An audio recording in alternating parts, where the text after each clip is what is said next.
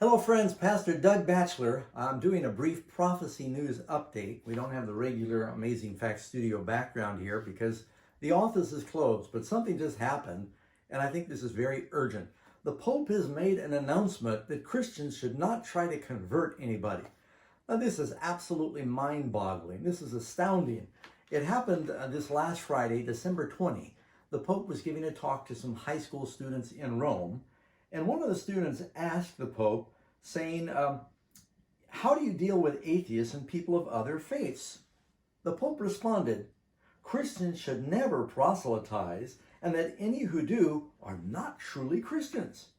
He insisted, we're not living in the time of the Crusades. The Crusades? Well, that's astounding because popes through history encouraged the Crusades. They sponsored, they funded the Crusades, they rallied and recruited people to go to the Crusades. And so I guess the Pope is saying that those popes are fallible. They said the wrong thing. In front of an unbeliever, the Pope goes on to say, the last thing I have to do is to try to convince him. Never. Well, but I thought that's what the Lord told us to do, to try to persuade people for Christ. That's what it means to be a Christian. I can't imagine a Christian saying, I'm never going to try to persuade someone else to believe. If people don't believe, they're lost. We want to persuade them to believe because without faith, it's impossible for them to be saved. And all they have to do is look forward to is the lake of fire. To say you don't care about persuading people is saying you don't care about the lost, or it doesn't matter what you believe. This is just shocking. You can read in Acts 18 verse 4, Paul reasoned in the synagogue every Sabbath and persuaded both Jews and Greeks. Paul would preach to anyone who would stop and listen because he knew it was a matter of life and death. The Pope goes on to say, a Christian should never try to convince others of the truth of Christianity, but should simply give a testimony of the consistency and wait for others to ask about their faith. You don't do anything proactive. You just try and live the life and be sweet and hope someone is going to interrogate you about what you believe. That is not what the disciples did. Acts 26, verse 28. Then Agrippa said to Paul, you almost persuade me to become a Christian. And Paul said, I would to God that not only you, but also all who hear me today. Paul wasn't just being a witness, he was preaching. All who hear me today might be both just and almost altogether as I am, except for these chains. The Pope said, if someone says they're a disciple of Jesus, and they come to you with proselytism, they are not a disciple of Jesus. Well, what does proselytize mean? It means to induce somebody to convert to one's faith. Yes, this is called being a missionary. This is an amazing statement on several counts. First of all, it's unbiblical. Jesus tells us that we should proactively go everywhere and preach the gospel to try to persuade people to believe. Mark 16, verse 15, at the end of Mark's gospel, go into all the world and preach the gospel to every creature. He who believes and is baptized will be saved. He who does not believe will be condemned. They're lost. So there ought to be an urgency for Christians to try to persuade. Jesus is telling us that we're supposed to fish for men. You can't just hope the fish are going to jump in the boat. You got to go out to where the fish are and try to persuade them to bite the hook, persuade them to go into the net. It's something that is aggressive, it's proactive, and the Pope is saying, no, if you do that, you're not following Jesus, you're not a Christian. I'm sure that Catholics around the world are absolutely stunned by this, because through history, hundreds of thousands of Catholics have gone out as missionaries, priests, and convents to persuade. And granted, a lot of their methods were not good. Sometimes they used force, and that's not appropriate. Not all did. Some were doing it through ministry. Many died trying to do mission work and persuade others to be Christians, aggressively persuade, and they turned them into saints. So what is the Pope going to do with all those Catholics that were turned into saints for their proselytizing? I'm speechless, as you can tell, that the Pope is saying this. This is a 180-degree change from what the teaching of their church has been.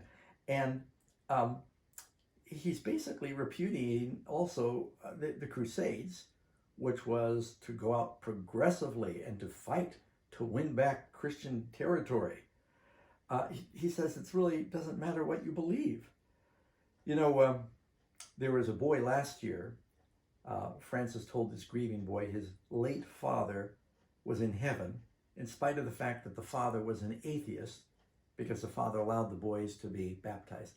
This is a whole different kind of theology. The Pope is saying it doesn't matter what you believe. He's saying if you have a friend who's a Jew or a Muslim or a Buddhist or some other faith, you shouldn't try to convert them. That we're all children of God.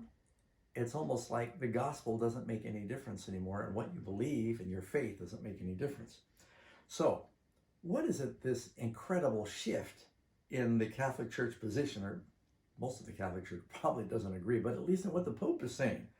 The Pope, being a Jesuit, he's sort of operating under a different set of rules right now.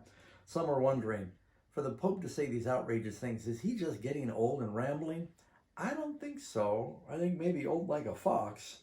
I've got a theory, and I've said this before. For one thing, the Catholic Church sees that their numbers are being decimated right now by converts.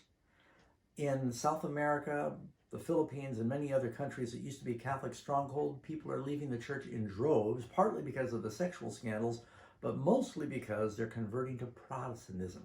The evangelical and charismatic churches have thousands, if not millions, of Catholics that are leaving the Catholic faith, and they are becoming Protestants. And the Pope is saying this. And in Europe, Catholics are even converting to Islam. The Pope is saying we shouldn't proselytize. He's saying it as though Christians shouldn't do it. What he's really doing is he's saying, stop proselytizing us, that you shouldn't be doing that.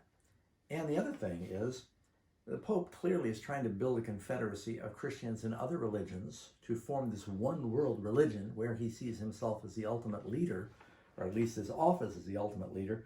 It seems like he's a lot more concerned these days with persuading people to aggressively fight climate change more than persuading them who are lost to find Jesus.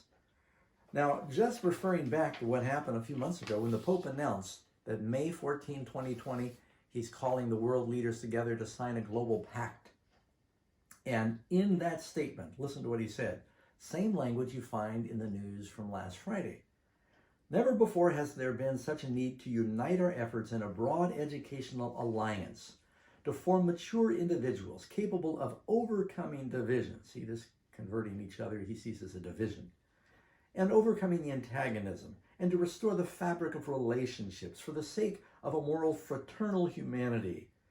Pope Francis wrote in a message announcing the initiative, inviting people from the world to come and sign this global pact that is really all about climate change.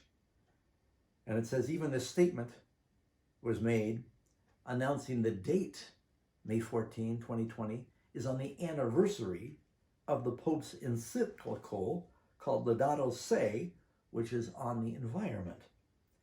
And so he goes on to say in that same statement, we need an alliance, in other words, between the Earth's inhabitants and our common home, between the people and the planet, in which we are bound to care for and respect, Francis wrote. An alliance that generates peace, justice, and hospitality among all people. Peace, let's all get along, doesn't matter your religion, of the human family, as well as dialogue between religions. So it really is a consistent message. But the Pope has given up the idea that he's going to get the whole world to come on board as Catholics to accomplish the final ends of the church. They're probably going to be using something like climate change in the end. And they'll see him, or whoever fills his office, as the one who will promote these things. Well, friends, we are living in interesting times. Not only do you have this happening with this Pope making this astounding statement that Christians should not try to convert others, it's happening at the same time the president of China this last week is saying that the Christians in China are going to need to rewrite the scriptures so it fits more with the political philosophy. Rewrite the Bible.